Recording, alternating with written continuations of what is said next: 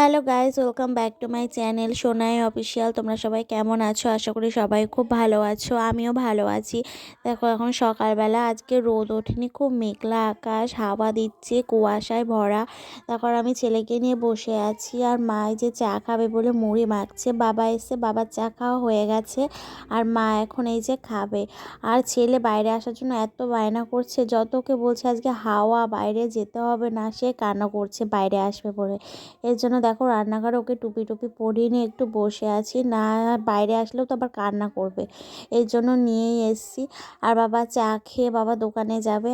আর আমি এখনো পর্যন্ত কিছু খাইনি। আমি ভাবছি একবারে পুজোটা, আমি গা হাত পা ধুয়ে নিয়েছি গরম জল টল দিয়ে, আমি ভেবেছি একবারে পুজোটা দিয়ে তারপরে খাওয়া দাওয়া করব।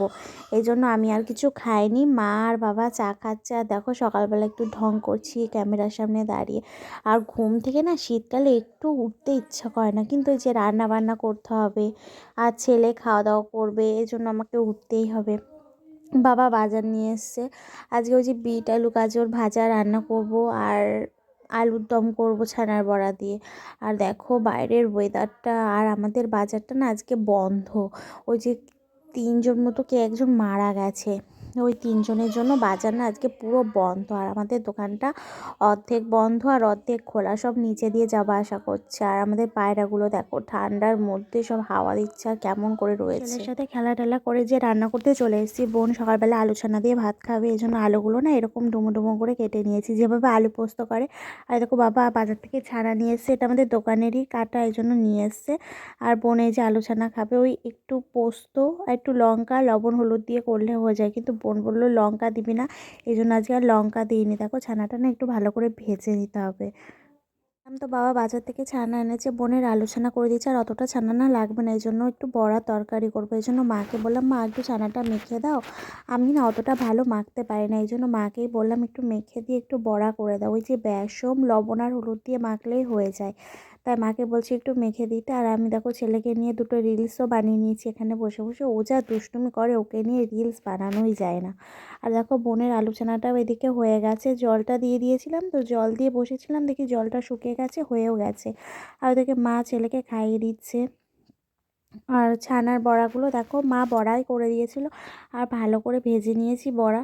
আর এই যে ছোট ছোট গোটা আলু এনেছিল, এগুলো সব নতুন আলু, আর এগুলো দিয়ে মানে আলু দিয়ে ছানার বড়া দিয়ে একটু কষা কষা তরকারি করব।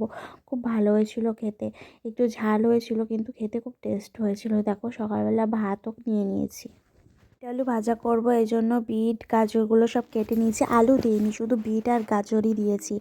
আর বিট আলু গাজরটা না একটু ঢাকা দিয়ে দিয়ে সেদ্ধ করে ভাজতে হয়। আর কালকে একটু মাশরুমের তরকারি ছিল, ওইটা গরম করেছে। আর দেখো গ্যাস ট্যাসগুলো মুছে ভাতটা আমি ওই গ্যাসে বসিয়ে দিয়েছি রান্নাঘর ঝাড় টাড় দিয়ে। আর দেখো আজকে তো মেঘলা আকাশ, রোদ উঠেছে তাও হালকা উঠেছে, এই জন্য জামা কাপড়গুলো এখনও শুকায়নি। আর আমি স্নান করতে যাব, অনেক বেলা হয়ে গেছে স্নান করে, এখন যদি স্নান না করে না আর একটুও চুল শুকাবে না। দেখো বলতে বলতে আমি নিচে চলে এসেছি, নিচে এসে দেখি একটা পার্সেল আমার অর্ডার দেওয়া ছিল, সেই পার্সেলটা চলে এসছে। এখানে দুটো 3 টিফিন বক্স অর্ডার দেওয়া ছিল, আমার না আমার মার অর্ডার দেওয়া ছিল।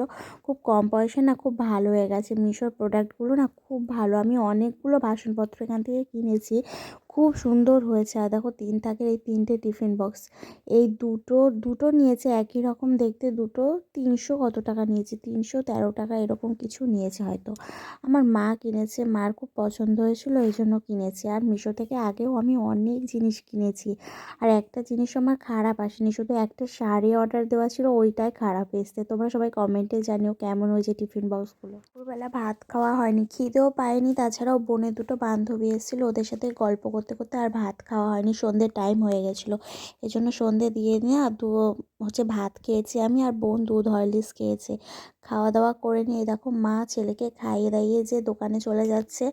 আর মা দোকানে যাওয়ার আগে প্রতিদিন ছেলেকে খাইয়ে ঘুম পাড়িয়ে রেখে যায়। দেখো ছেলে ঘুমিয়ে পড়েছে, আর আমি আর বোন এখানে একটু ফোন নিয়ে যে, বোন ফোন দেখছিল আর আমি ভিডিও করছিলাম, ওই দেখো বলে কেমন করে হাসছে। আর আমরা এই তো ভালো, আবার এক্ষুনি ঝগড়া করব, আবার এক্ষুনি হাসবো, এই গল্প করব, এই করছিলাম। এদিকে টিভি চলছিল, আমরা ফোন নিয়ে যে ঢং করছি, একটু হাসছি। দেখো দেখো 9:30 মতো বাজে, বাবা মা বাজার থেকে বাড়ি চলে এসেছে। যে বাবা রোল বিস্কুট এনেছে, গরম মশলা এনেছে, আর গরম মিষ্টিও এনেছে, গুড়ের রসগোল্লা এনেছে।